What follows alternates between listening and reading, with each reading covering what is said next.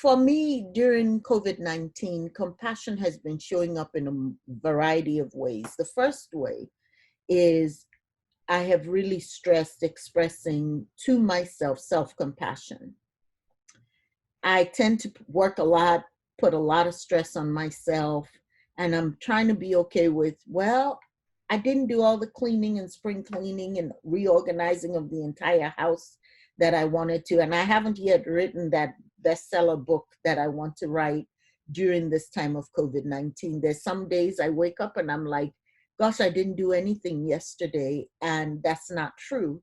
I'm getting a lot done. I'm working a lot at my job, but I am not doing as much as I thought I would do being in my home. So just having self-compassion that, wait a minute, there's something really big going on. Your expectations of yourself far exceed what your capacity is right now. Your capacity is reduced because you're prioritizing on work and you're going through something you've never gone through in your life. The whole world is going through something we've never gone through. And this is a time to be kind to myself, to rest a lot, to relax, to knit, and most of all, not put pressure on myself to be Superwoman.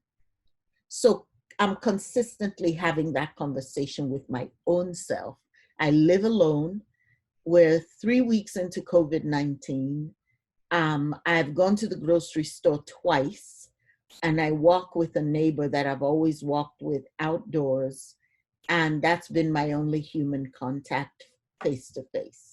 And I'm a hugger and a toucher and a loving person. So realizing that my reserves are depleted and that makes me not all of who I want to be is important to just have self-compassion, to be kind to myself and just reduce the negative self-talk and be loving, think of myself as a loving, worthwhile human being out here who's really going through something with COVID-19.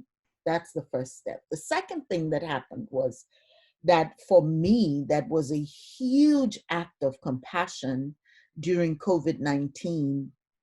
And it may not have to do with my physical health, but it really has a lot to do with my mental health. I am a person that has suffered from depression in the past, clinical depression. I've been on medication. I'm not anymore.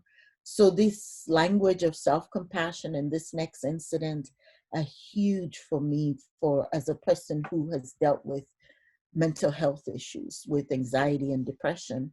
I live in a lovely, wonderful home, and I have a landlord, and my landlord has always been a very big stickler about rent and process and timeliness, and he's increased the rent on me, and we've argued and negotiated things, and I just see him as a big stickler. And he came by the other day to fix something and asked about my work, and I was very eager to respond to him to let him know that, no, you'll be getting paid during COVID-19. I'm still working. And he said, no, no, no, no, no. What I want you to know is that this is your home now. And if there's anything you need, if we need to make any adjustments on the rent, it's okay, just communicate and let me know. And I work multiple jobs, and some of my work has fallen by the wayside, but enough, I'm making enough that I can pay my rent worry-free right now. When he said that, it made me realize how stressed out I was about money on top of everything else that COVID-19 presents, about money during this time and sustaining my home. And at the time I was circling around the depression. I can tell when depression's coming back and I'm going to take a hit. And I've been at this long enough to know how to prevent that from happening, reaching out for help, doing a lot of writing, getting help, like saying, naming the problem, right?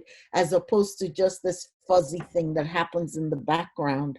Well, when he said that, it just brought so much awareness to my mental health and how I was in a precarious spot, and I was worrying about these things in the background. Well, his words of kindness soothed me and just made me realize that I'm not alone. There is kindness in the air from the least expected source.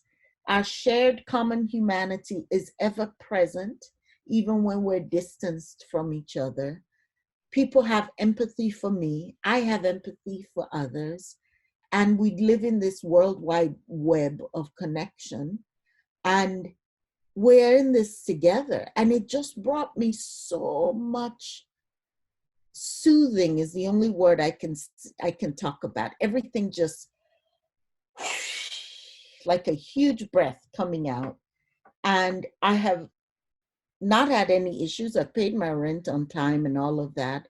But knowing I have that connection, even with my landlord, was a huge aspect of my health because it stopped the spiral into a depression for me.